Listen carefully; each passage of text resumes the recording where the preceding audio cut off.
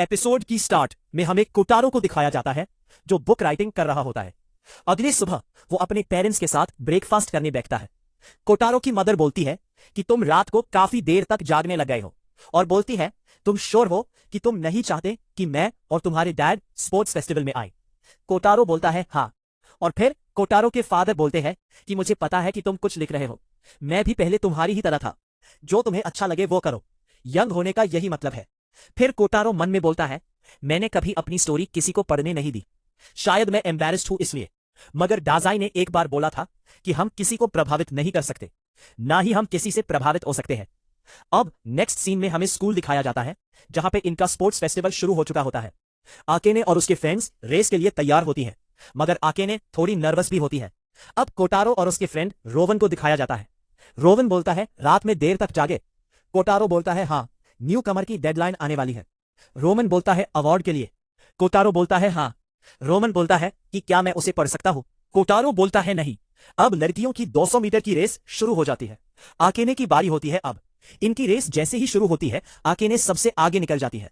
ये सब देख के जो है कोटारो काफी ज्यादा इंप्रेस हो जाता है और ब्लश करने लगता है। आकेने रेस में फर्स्ट आती है। अब नेक्स्ट सीन में कोटारो मदद कर रहा होता है इवेंट की तैयारी के लिए, और तभी वो हीरा और आकेने को साथ में देखता है। हीरा बोलता है आकेने मुझे एक ड्रिंक देना अगर ये आज येलो टीम जीती तो। आकेने बोलती है और रेड टीम जीती तो मुझे दोगे, और ये दोनों शर्त लगा लेते हैं। अब नेक्स्ट इवेंट शुरू होता है और रेड टीम जीत जाती है। अब कोटारो अपने एक दोस्त के पास जाता है जिसका नाम है डाइची। वो बोलता है तो अगला इवेंट तुम्हारा है। कोटारो बोलता है हाँ। फिर वो वहां से चले जाता है और मन में बोलता है दाजाई ने एक बार बोला था हंसते रहो और स्ट्रांग बनो, मगर मैं हंसना नहीं चाहता हूं। अब बॉयज की 200 मीटर रेस शुरू होती है।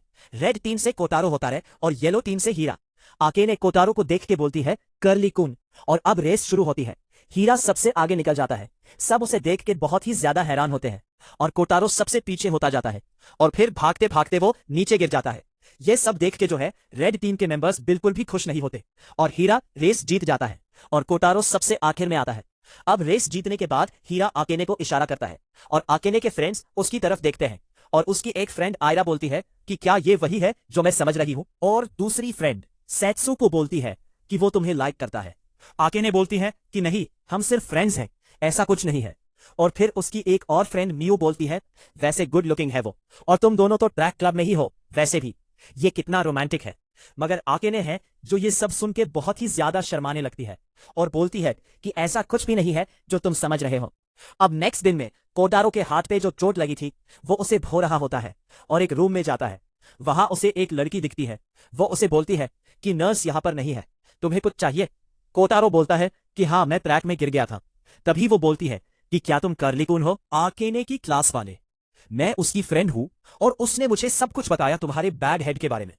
तो जो आकेने है वो गाइस कोटारो को कर्ली कून उसके मेसी हेयर्स की वजह से बोलती है, जो वो सुबह सुबह उल्टे सीधे बना के आ जाता है। तो इसके बाद वो लड़की बोलती है कि कोई नहीं, मैं तुम्हारा ट्रीटमेंट कर दूंगी, और कोटारो को बैंडेज लगा देती है। कोटारो फिर वहां से चले जाता है। अब नेक्स्ट सीन में आकेने अपनी फैमिली के साथ खाना खा रही होती है और उसके डैड बोलते हैं कि मैं तुम्हारे रिले रेस कैमरे में कैप्चर कर लूंगा। आकेने बोलती है नहीं डैडी, बहुत ही ज्यादा एम्बैरेसिंग है। अब कोटारो आ रहा होता है और वो आकेने को देखता है जो कि बहुत ही ज्यादा नर्वस होती है। अब हमें दिखाया जाता है हीरा को जो सभी को बोल रहा होता है कि सब रेस में अपना बेस्ट देना, और बॉयज अपने नेक्स्ट इवेंट की तैयारी करो, और गर्ल्स स्कैवेंजर्स हंट की। कोटारो भी यहां आ जाता है और पीछे से देख रहा होता है। हीरा बोलता है तो नेक्स्ट इवेंट है, और फिर वो बोलता है मिजुने क्या तुम्हारे पास प्रोग्राम है? आकेने तभी उसे पॉकेट से पेपर देती है निकाल के, और देते वक्त उसका जो टॉय है वो नीचे गिर जाता है। अब हीरा इवेंट पढ़ के सबको सारा सामान ले जाने को बोलता है। अब नेक्स्ट इवेंट स्टार्ट हो जाता है और इसी दौरान आकेने नोटिस करती है कि उसका टॉय पॉकेट में नहीं है। वो उसे इधर उधर देखती है मगर उसे नहीं मिलता वो। इसी वजह से वो थर्ड ईयर की रेस के दौरान उनके बॉक्स में पर्चियां डालना भूल जाती है। हीरा बोलता है कि पर्चियां कहाँ है।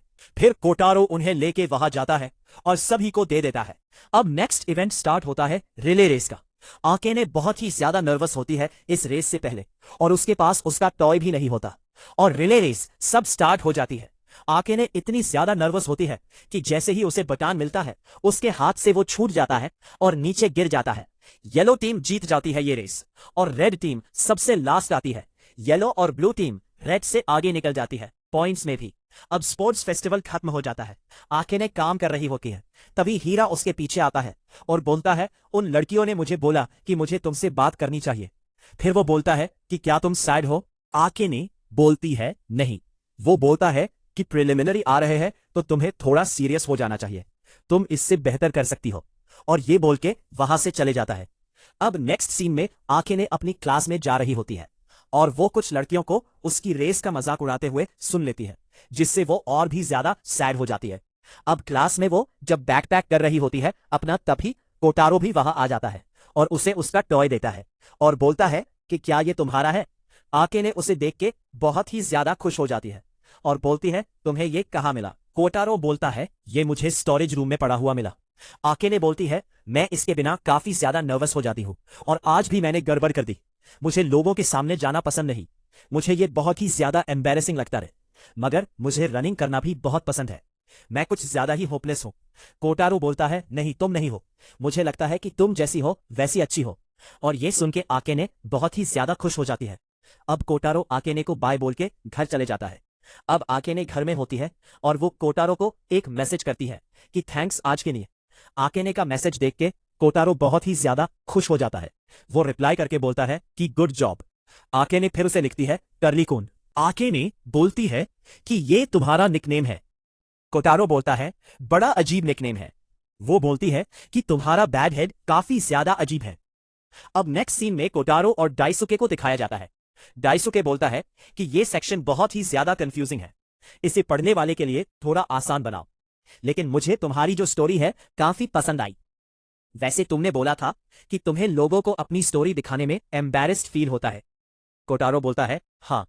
अब नेक्स्ट सीन में कोटारो घर में बैठ के अपनी स्टोरी लिख रहा होता है और आकेने को याद करता है और बोलता है कि मैंने ये रियलाइज करा कि ये झूठ है कि लोग दूसरे लोगों को प्रभावित नहीं कर सकते। और इसी के साथ ये एपिसोड यहीं पे खत्म हो जाता है। सो गाइस, इस एपिसोड का एंड होते होते कोटारो और आकेने थोड़े क्लोज आ चुके हैं अब। और अब देखते हैं कि यहां से इनके साथ क्या होता है।